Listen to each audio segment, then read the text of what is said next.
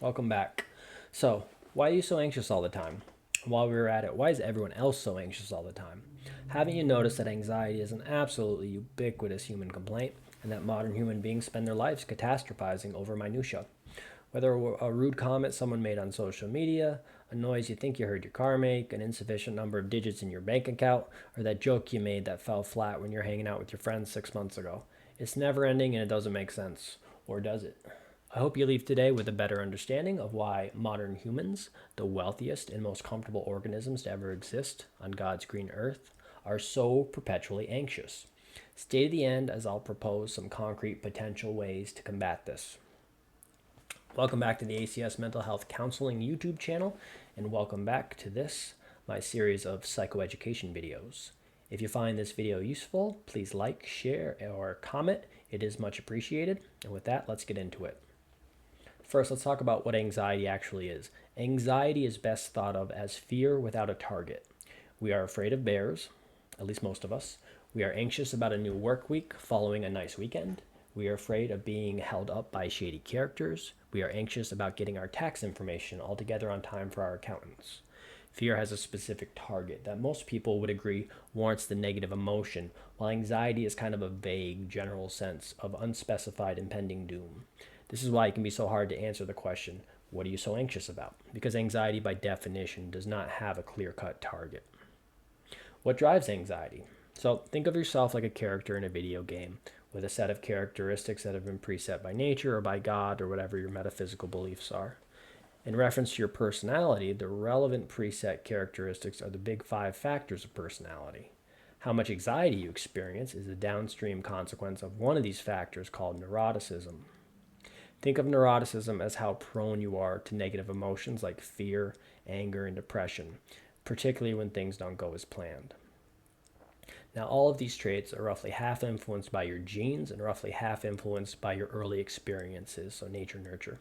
It varies a bit from trait to trait, but 50-50 is a pretty good rule of thumb for each. Now, we are all quite prone to catastrophic thinking and to assume the worst possible outcomes. It's in our genes, as we are the descendants of the most anxious humans from the past, because the most anxious humans from the past were most likely to survive and reproduce. So you can think of human beings as being wired for anxiety by the evolutionary process. We're optimized for survival, not happiness, would be another way to put it. You might have also noticed that there is a fair amount of variance from individual to individual. We all know someone who gets stressed out by just about anything, present, though I'm getting better. And we all know people who can be sitting in the middle of the metaphoric fire that is their life and just shrug and say something enviably obnoxious like, well, this will be an interesting problem to solve. And then there's everyone else in the middle. This individual variation aside, I want to discuss today why I think we are all dealing with more anxiety, which is to say more targetless fear than we ever have before. To understand this, we need to discuss the circumstances and tasks to which we originally evolved. Early hominids evolved in circumstances of extreme scarcity and perpetual want. Rousseau's concept of the noble savage living in peace and harmony while lounging in a forest and eating grapes is profoundly mistaken. You can arrive at just how wrong this is from either first principles or via anthropological evidence. It's much more accurate to think of a Hobbesian primal state of existence where life was indeed solitary, poor, nasty, brutish, and short, which is a Hobbesian quote most people are familiar with. Now, mental wellness is heavily aided by the planning and completion of tasks that aid survival. And if you think about this, it makes perfect sense. Of course, we would extract favorable emotional states from the completion of tasks that make us more likely to survive. What else would our emotional profiles and evolution more broadly be driving us towards? So what kinds of tasks were early men and women engaged in? They were living entirely in a world of objects and physicality, building shelters, hunting and gathering sparse calories, guarding against predators and neighboring tribes, and trying to keep warm. It's a pretty simple existence, but it's demanding. Contrast this with our present circumstances in complex societies with economic systems, media streaming, and climate-controlled buildings. Where once we would hunt and gather food, we will now order food on our phones. Where once we would gather around a fire and talk, we will now obsess over a screen that actually isolates us from the other people in the room. Where once we would build a shelter, we will now build a website. Where we would once war with a neighboring tribe, we will now play a video game.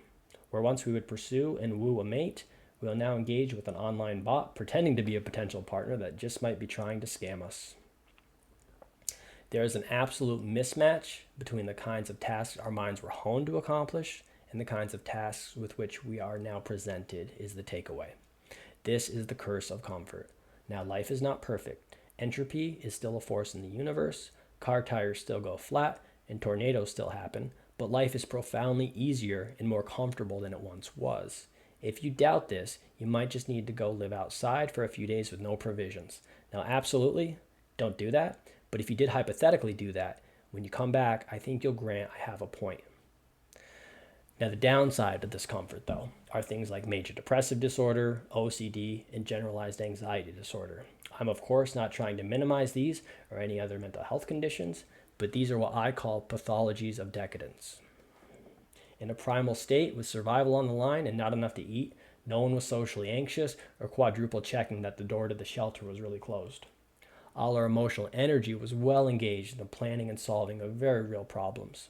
This isn't so much the case anymore, and the problems we do have are less visceral, less concrete, less prone to scratching our emotional itches, and providing actual satisfaction. Now, you can test my hypothesis with a simple thought experiment. Consider what minutia is currently occupying your mind. And God willing, I hope it is genuinely minutia and you aren't going through anything truly difficult. Most of you probably aren't. Whether it's a tax burden, a difficult personality at work, a minor fight with your wife, you need to get an oil change, you got a speeding ticket. Now consider something that is truly difficult. A legitimate issue such as a seriously sick loved one, your house being destroyed in a natural disaster, a serious car accident with an injury, a death in the family. You can just feel the emotion and preoccupation fade into the background in the face of a true concern. And now, next step of the thought experiment, remove the real concern, and all the anxious energy comes back to refocus itself upon the small stuff. What can be done to combat this? I've got a few suggestions. First, you must exercise. Talk to your doctor first and make sure you don't have any precluding conditions, but assuming you don't, get moving, lift heavy objects, carefully and correctly.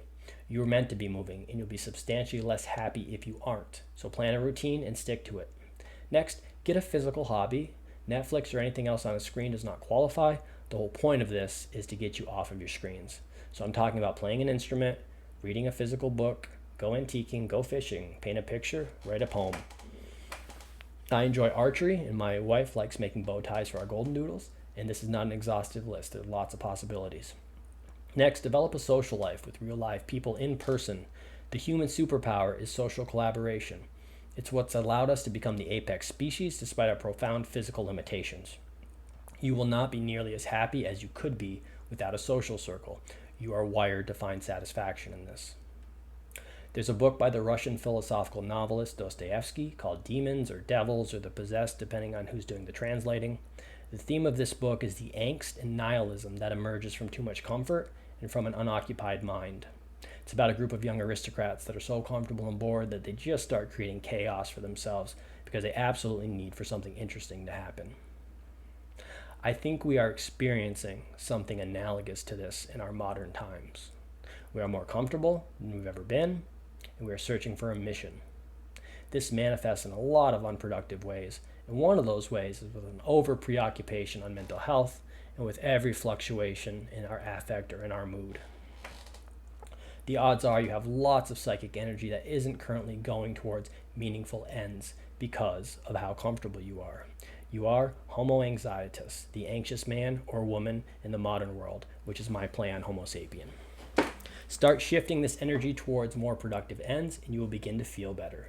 Your preoccupation with the small and unsolvable problems will begin to evaporate to some significant extent. That's it. I've rambled on long enough. All the best. I look forward to seeing you in the next one.